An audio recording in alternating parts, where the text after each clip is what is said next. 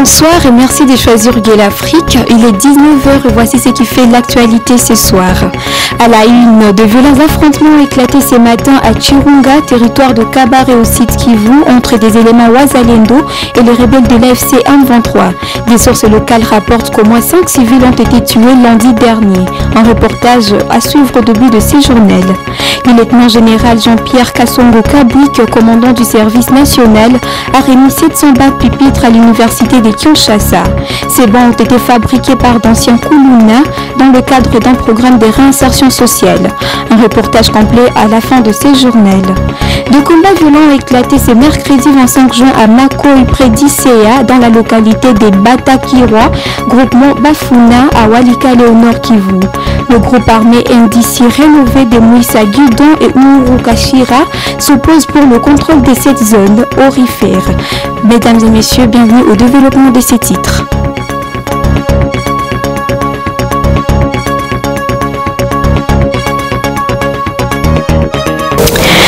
De violents affrontements ont éclaté ce matin à Chirunga, territoire de Kabare au site Kivu, entre des éléments Wazalendo et le rebelle de l'AFC M23. Des sources locales rapportent qu'au moins 5 civils ont été tués lundi dernier. Reportage de David Bitoïki. Depuis la matinée, des violents affrontements opposent à nouveau des éléments Wazalendo aux rebelles de l'AFC M23 dans la localité de Chirunga, territoire de Kabare au sud Kivu. Selon des sources locales, les combats ont débuté et se poursuivent avec intensité. Lundi dernier, au moins 5 civils ont été tués dans la zone et les activités économiques sont totalement paralysées. Aucune circulation n'est possible, accentuant l'isolement de la population. La reprise des hostilités a sémé la panique dans la commune voisine de Bagira à Bukavu.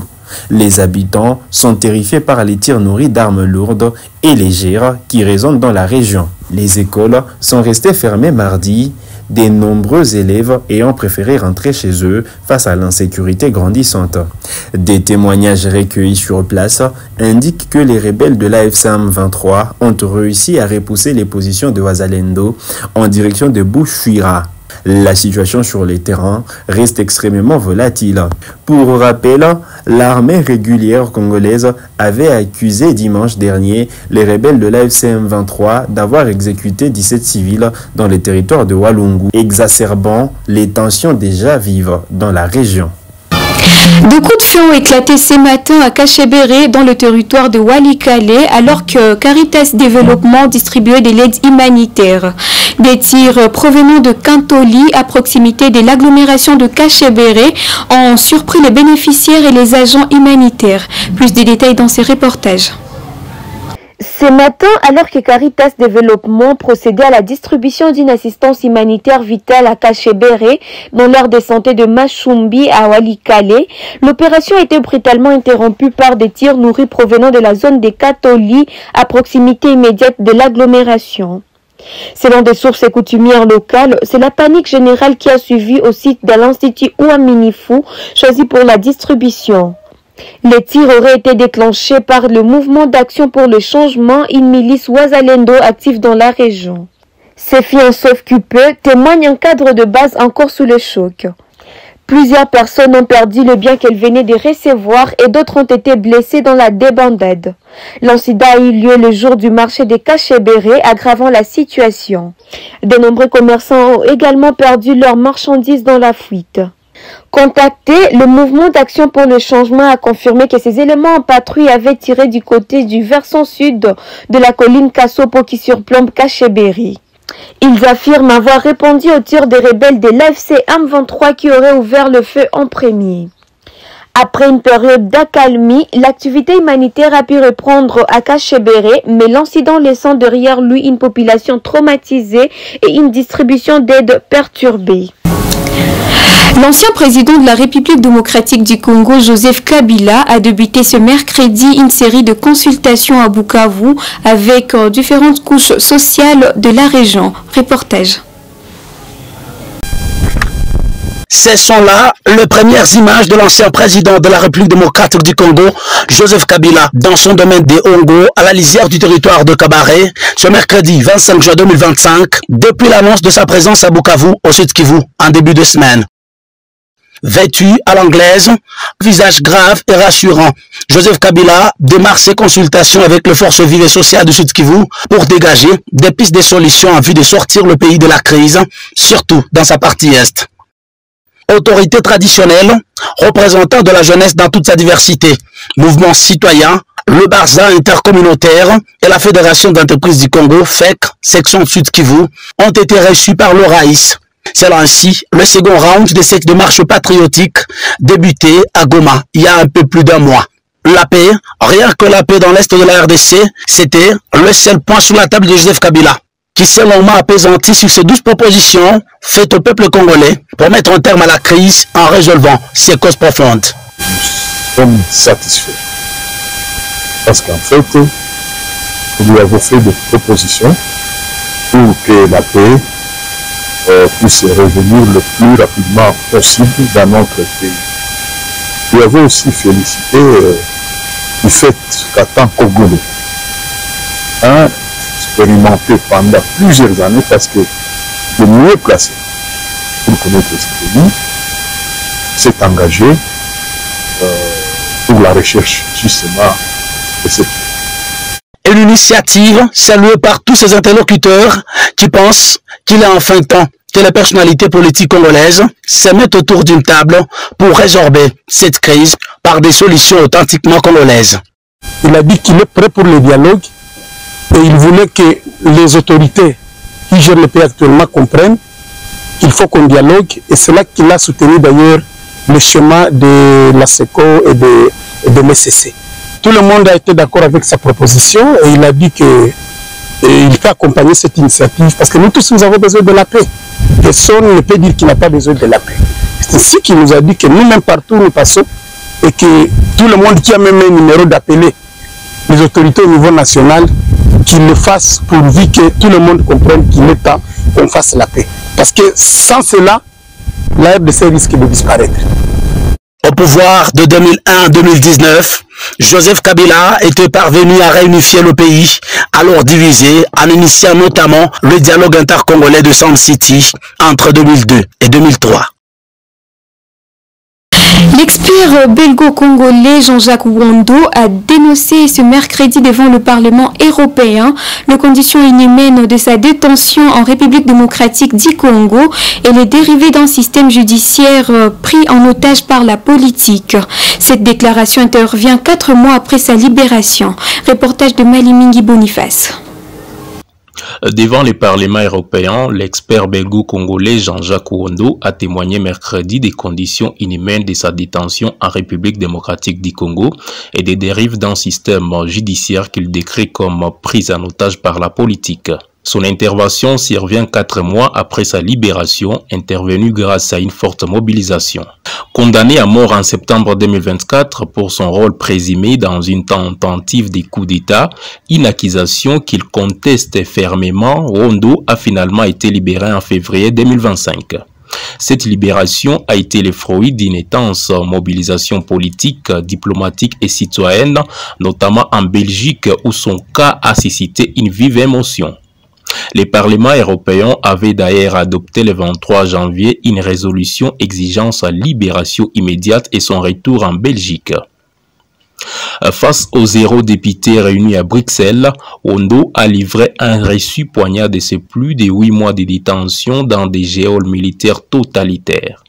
Il a dénoncé des privations de liberté, de dignité, des soins médicaux et des communications, décrivant une expérience vivant à broyer l'individu selon les termes du sociologue américain Erving Goffman dont il s'est inspiré.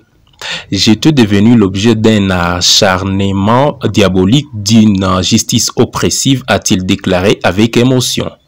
Il a insisté sur les irrégularités et les manques de preuves crédibles qui ont attaché son procès, des points déjà soulevés par la résolution du Parlement européen. L'expert a exprimé sa profonde gratitude envers les institutions européennes, soulignant que leur action avait brisé le silence de l'enfermement et rétabli sa dignité. Ce que vous m'avez rendu va bien au-delà de ma personne, a-t-il affirmé. Vous avez rappelé au monde que la liberté n'est pas négociable. Au-delà de son propre camp, Wondo s'est engagé à poursuivre son combat pour les droits humains en RDC. Il a souligné que la situation qu'il a vécue continue d'écraser des milliers d'hommes et de femmes dans son pays natal et qu'il se sent investi d'une mission pour les défendre. Poursuivons ce journal par cette brève information. Des affrontements violents ont éclaté ce mercredi 25 juin à Makoy, près d'Isea, dans la localité de Batakirwa, groupement Bafuna à Walikale au nord Kivu. Le groupe armé indici rénové de Mouissa Shumira et Guidon et Ouru de Kashira Machite s'opposent pour le contrôle de cette zone aurifère. Des détonations d'armes légères ont semé la panique parmi la population locale qui fuit progressivement la zone selon des sources administratives du secteur de Wanyanga. Pour l'heure, aucun bilan humain n'est disponible. Ces affrontements interviennent dans un contexte de tensions croissantes suite au retrait des groupes Ouru et MAC de la synergie des volontaires pour la défense de la patrie dirigée par le général autoproclamé Mouissa Shumira Guidon. Un conflit latent est également signalé dans le groupement de Waloa Uraba. Nous suivrons de près la situation. Monseigneur Dieudonné Uringui, évêque du diocèse de Bunia, a lancé un appel solennel à la paix à l'occasion de la messe célébrant ses 20 ans d'épiscopat à la cathédrale Mundi Maria. Il a exhorté les fidèles et les autorités à mettre fin aux violences armées qui ravagent la province de l'Uturi et qui plongent sa population dans la misère. Reportage de Jean-Claude Muguichot. 20 ans d'épiscopat pour Monseigneur Dieudonné Uringui, l'évêque de Bunia. Un anniversaire célébré le mardi à la cathédrale Mundi Maria, mais surtout une occasion solennelle de lancer un appel pressant à la paix. Face aux fidèles et aux autorités, l'évêque a rappelé l'urgence de mettre fin aux violences armées qui ravagent la province de l'Ituri et plongent sa population dans la misère. Dans son homélie, Monseigneur Uringui a puisé dans ses 2 décennies d'expérience pastorale pour souligner l'importance cruciale de la paix et du pardon. Un message fort adressé à une population meurtrie par des années de conflits. L'évêque a réaffirmé sa proximité avec les habitants d'Ituri et a insisté sur les liens indissociables entre paix et développement. Car, comme il l'a souligné, le développement durable ne peut exister sans la paix. Un appel à la responsabilité collective pour que la réussite de quelques-uns ne masque pas la souffrance du plus grand nombre. Un message d'espoir et d'engagement porté par Monseigneur Uringui pour un avenir meilleur à Ituri. Quelques jours après la signature d'un nouveau protocole d'accord pour la coordination des opérations conjointes entre le FARDC et les UPDF, les réactions se multiplient. Ces protocoles visent à lutter contre le rebelle des ADF et leurs alliés qui sévissent depuis des années au Nord Kivu. Reportage de Youssoufou Kibingila. Quelques jours après la signature d'un nouveau protocole d'accord visant à coordonner les opérations conjointes des FARDC, Forces armées de la République démocratique du Congo, et de l'UPDF, Forces de défense du peuple ougandais, les réactions se multiplient.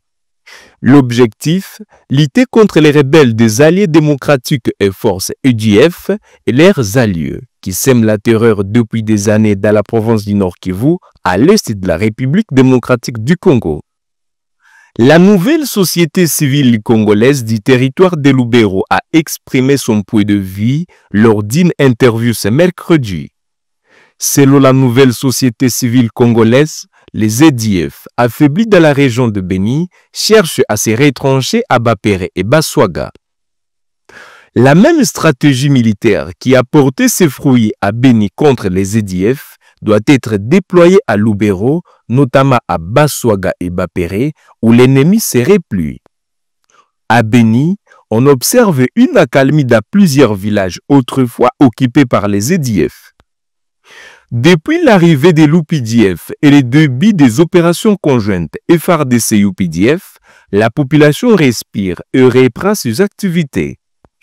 Ce nouveau protocole d'accord est encourageant, a déclaré Kakule Mukekulu, coordonnateur de la nouvelle société civile congolaise à Lubero. Il souligne par ailleurs que la présence des forces conjointes FARDC-UPDF a été bien accueillie par la population meurtrie. Nous avons constaté l'arrivée des éléments de la coalition FARDC-UPDF vers Vuyinga et Muhangi. La population salue cette présence et est prête à collaborer. J'appelle la population à soutenir cette force, notamment en signalant tout mouvement suspect dans la brousse et dans les agglomérations, afin de permettre aux services de sécurité d'intervenir rapidement, a-t-il insisté. Ce nouveau protocole d'accord vise à renforcer la coordination des opérations FARDC-UPDF sur le terrain au Nord Kivu, notamment à Beni, Irumu, Mambasa, Lubero, Djougou et leurs environs. Sa signature a eu lieu lors de la visite à Kinshasa d'une délégation de l'état-major des forces armées ougandaises UPDF, conduite par son chef, le général Muhoozi Kainerugaba. Maintenant, rendons-nous à Kinshasa pour mettre fin à cette édition. Le lieutenant-général Jean-Pierre Kassongo Kabwik, commandant du service national, a remis 700 bancs pupitres à l'université de Kinshasa Unikin en sigle. Ces bancs ont été fabriqués par d'anciens Koulouna dans le cadre d'un programme de réinsertion sociale. Reportage. Mercredi 25 juin 2025, à la colline inspirée. Des bâtisseurs, avec à leur tête le lieutenant-général Jean-Pierre Kassongo Kabwik, sont venus réaliser une promesse faite le 31 mai 2024, celle d'ajouter d'autres bancs aux 500 remis ce jour-là. Aujourd'hui, c'est 700 bancs qui ont été réceptionnés. Ce deuxième lot fait le bonheur du recteur de l'Unikin. Il a exprimé un sentiment de reconnaissance au chef de l'État, Félix-Antoine Tshisekedi, ce à plus d'un titre. Aujourd'hui, l'université de Kinshasa est heureuse de recevoir ce deuxième lot de bancs, ce qui va améliorer qualitativement la qualité de l'enseignement que nous dispensons. Aujourd'hui, à travers le service national, il y a lieu que les étudiants parlent du président de la République, voient les œuvres palpables du président de la République. Et ceci participe même à une injonction de la Constitution qui impose que la répartition de la richesse nationale soit équitable. Donc, pour un étudiant, il n'a pas de salaire à obtenir. Il a besoin de bénéficier de la richesse du pays à travers, par exemple, les conditions d'études adéquates. Il en sera de même de la part des étudiants de cet alma mater. En tout cas, nos impressions sont bonnes, dans le sens où ça favorise quand même nos différentes conditions de vie ici à l'université de Kinshasa. Surtout, nous avions une pathologie intense en termes d'effectifs. Vous savez que l'Unikin regorge plus de 30 000 étudiants et il y a certains étudiants qui sont à l'extérieur qui sont dans l'obligation de louer les chaises. Mais grâce à cette initiative, en tout cas, j'espère qu'il y aura vraiment une performance à ce qui concerne les études pour nous étudiants. Nous remercions énormément M. le Président de la République pour son soutien manifesté ici pour nous les étudiants de l'université de Kinshasa. Pourquoi pas aussi particulièrement au commandant de service national pour ces dons des bancs octroyés ici. Au banc pour améliorer la qualité d'apprentissage des étudiants au regard de nombreux projets qu'il compte mettre en œuvre, le service national, par le biais du lieutenant-général Jean-Pierre Kassongo Kabwik, annonce l'élargissement de sa collaboration avec les universités et instituts supérieurs du pays. Nous avons des étudiants qui sont venus de l'université pédagogique nationale, très prochainement ceux de l'université de Bujumaï et prochainement ceux de l'université de Kinshasa et bien d'autres universités. Vous savez, le service national seul ne peut rien faire. Nous avons besoin de l'intelligence des cadres du pays. Nous avons besoin que tout le monde mette la main à la pâte. Parce que la mission du service national, c'est d'encadrer la jeunesse pour la reconstruction et le développement du pays. Le service national, dont le travail va au-delà de l'encadrement des jeunes désœuvrés appelés Koulouna, compte ainsi devenir un véritable débouché d'emploi pour les étudiants en fin d'études. On a besoin de l'apport de tous les Congolais et surtout de jeunes cadres et de toute l'intelligence nationale congolaise pour contribuer au redressement du pays, à la reconstruction et au développement. C'est la raison principalement pour laquelle nous allons souhaiter la bienvenue aux étudiants des universités pour qu'ils viennent travailler avec nous, qu'ils viennent vivre l'expérience et qu'ils viennent aussi apporter leur pierre à l'édifice de la nation congolaise.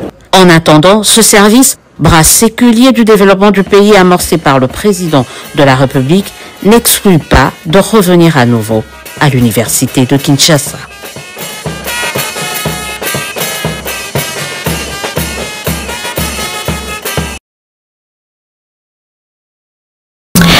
C'est la fin de ce journal sur Gay l'Afrique. Merci de nous avoir suivis.